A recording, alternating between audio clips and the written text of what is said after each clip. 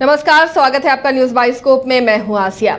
तो झारखंड में दूसरा चरण, भले ही देश का वो 5वां चरण था, उसके लिए चुनाव हो गए। अब तैयारी चल रही है अगले चरण के लिए, यानी झारखंड के तीसरे फेज के लिए। और यहाँ पर जिन सीटों में मुकाबला है, वाकई बहुत दिलचस्प मुकाबला है। और 25 मई को इन सीटों पर चुनाव होने हैं, जिसमें रांची, जमशेदपुर, धनबाद, गिरिडीह की सीटें शामिल हैं।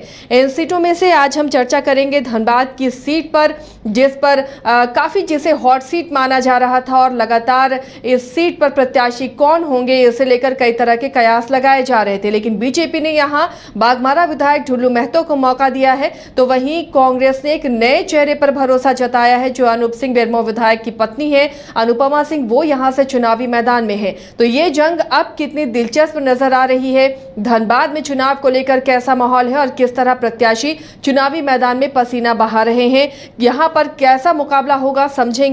ग्राउंड जीरो से हमारे सहयोगी मदन इस वक्त धनबाद के करीब ही मौजूद हैं। मदन, धनबाद की जंग किस तरह दिख रही है, कितनी दिलचस्प ये जंग इस बार दिख रही है? बिल्कुल, देखिए धनबाद में अगर हम बात करें तो बीजेपी और कांग्रेस के बीच में जोरदार मुकाबला है। दोनों तरफ से अपनी पुरजोर ताकत लगाई जा रही है। अगर आप बीजेपी की बात करें तो बीजेपी ने बाघमारा विधायक ढुल्लू महतो को अपना उम्मीदवार बनाया, वहीं कांग्रेस ने बेरमो विधायक अनूप सिंह के पत्नी अनुपमा सिंह को उम्मीदवार बनाया। लेकिन अगर आप यहाँ के मुकाबले की बात करें तो दोनों तरफ से अपनी ताकत लगाई गई है, पूरी ताकत लगाई गई है और दोनों ही अपने पक्ष में परिणाम को करने की पुरजोर कोशिश कर रही है। अब देखिए यहाँ पर जो कई विधायक हैं अलग अलग पार्टी से जो हैं, वो एक तरह से अगर कहें तो कांग्रेस के जो विधायक हैं, जो बीजेपी के विधायक हैं, वो भी अपने अपने उम्मीदवारों के पक्ष में जो है चुनाव प्रचार कर रहे हैं और पूरी ताकत लगा रहे हैं कि धनबाद जो है उनके खाते में जाए। हालांकि परंपरागत सीट अगर कहें तो कांग्रेस कई बार जो है हार का सामना किया है। यहाँ पर बीजेपी के जो सांसद हैं, लगातार 3 बार वहां से सांसद रहे पीएन सिंह, उनका टिकट कटा और बाघमारा के विधायक ढुल्लू महतो को टिकट दिया गया। अब जरूर यहाँ पर ये एक माहौल तैयार हुआ, विरोध के स्वर बुलंद हुए ढुल्लू महतो के खिलाफ। जो है सरयू राय वहां पर एक तरह से चुनावी मैदान में उतरने का दावा किया था, लेकिन हालांकि बाद में उन्होंने अपना समर्थन अनुपमा सिंह को देने की बात कही और उसके बाद फिर उन्होंने कहा कि हम वहां की परिस्थितियों को देख करके वापस लौटे हैं। हालांकि हम चुनाव लड़ना चाहते थे, लेकिन वहां की जो परिस्थितियां बनी है उसको देखते हुए हमने फैसला बदला। तो ये आप कह सकते हैं कि धनबाद में लेकिन मदन, बीजेपी में भी कई नाम थे जो रेस में थे, टिकट के जो उम्मीदवार थे, उनमें वहां के विधायक राज सिन्हा का भी नाम था। और ये कयास लगाए जा रहे थे कि हो सकता है इस बार बीजेपी उनके नाम पर मुहर लगाए, या वो खुद चाह रहे थे कि लोकसभा का वो चुनाव लड़े। तो कई ऐसी सीटें हैं झारखंड में, आपने भी देखा होगा कि जो वहां से चुनाव लड़ना चाह रहे थे, मौजूदा वो किसी न किसी पद पर हैं, और अगर उन्हें टिकट नहीं मिला तो जो कैंडिडेट खड़ा हुआ उसे पूरी तरह से सपोर्ट नहीं मिला था। तो क्या धनबाद में वो चीज भी नजर आ रही है ढुल्लू महतो के लिए? बिल्कुल, देखिए जरूर कहा जाता है राज सिन्हा हो या फिर पूर्व मेयर शेखर अग्रवाल हो, ये 2 नाम काफी चर्चा में थे। रागिनी सिंह हो जो कि संजीव सिंह की पत्नी है, उनका नाम भी काफी सुर्खियों में रहा।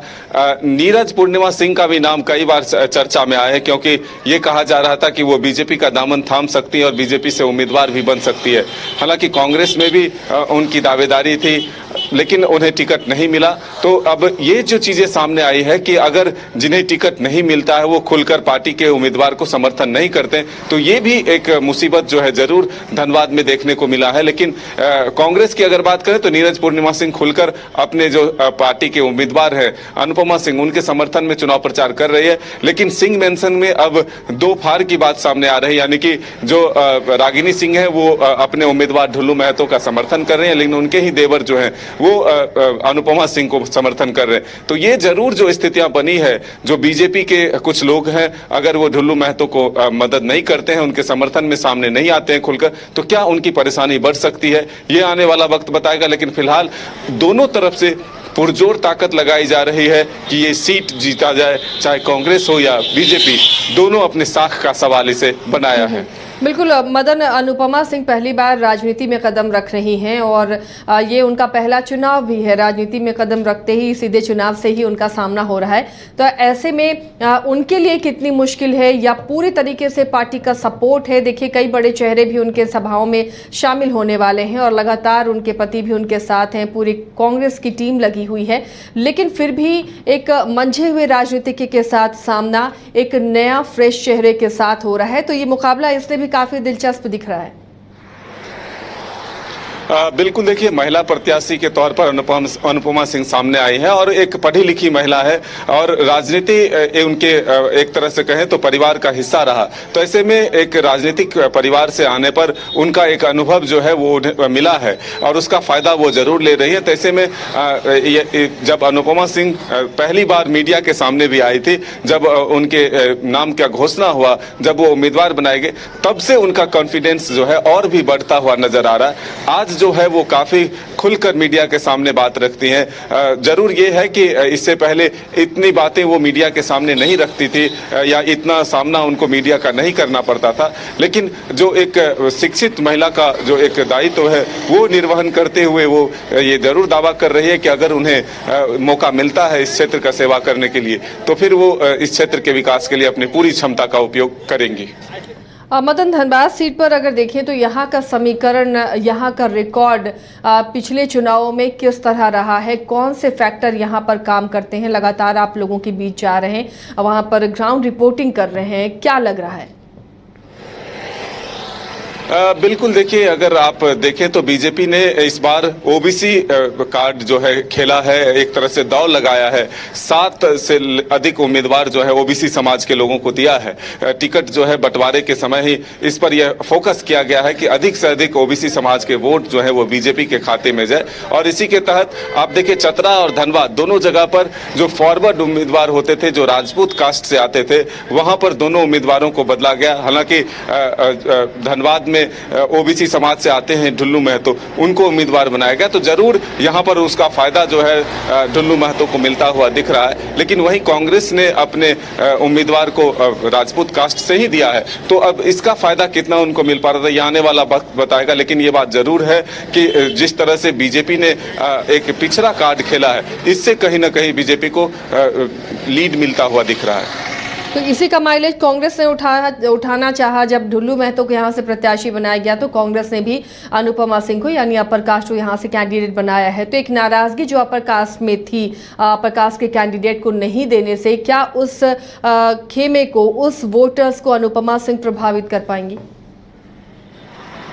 बिल्कुल यही कोशिश हुई है कि एक नाराज वर्ग को समेटने की कोशिश अनुपमा सिंह के द्वारा हुआ है। जो फॉरवर्ड कास्ट से लोग हैं जिनकी नाराजगी थी टिकट कटने के बाद, तो उसका सिंपैथी वोट जो है क्या मिल सकता है ये आने वाला वक्त बताएगा। लेकिन फिलहाल जो आंकड़े हैं वो जरूर ये कह रहा है कि पिछड़े समाज का वोट जो है वो काफी ज्यादा है। ऐसे में जो मुस्लिम हैं, जो यादव हैं, जो ईसाई हैं, जो आदिवासी हैं या फिर जो फॉरवर्ड कास्ट हैं, उनके वोट किस पक्ष में, किस तरफ जाते हैं, टोटल वोट का आंकड़ा क्या होगा, ये 4 तारीख को पता चलेगा। लेकिन फिलहाल धनबाद का जंग जो है वो काफी दिलचस्प हो चुका है।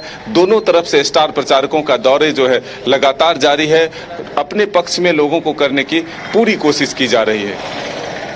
चलिए, तो दोनों ही तरफ से प्रचारक पहुंच रहे हैं, अपने अपने कैंडिडेट के लिए चुनाव प्रचार करते हुए नजर आ रहे हैं। काफ़ी दिलचस्प यहाँ का मुकाबला देखने को इस बार मिलेगा। मदन, जब आप लोगों के बीच जाते हैं तो कौन कौन से ऐसे मुद्दे होते हैं जिन पर चाहती है जनता कि उनका प्रतिनिधि ध्यान दे या वो मुद्दे सदन में उठें?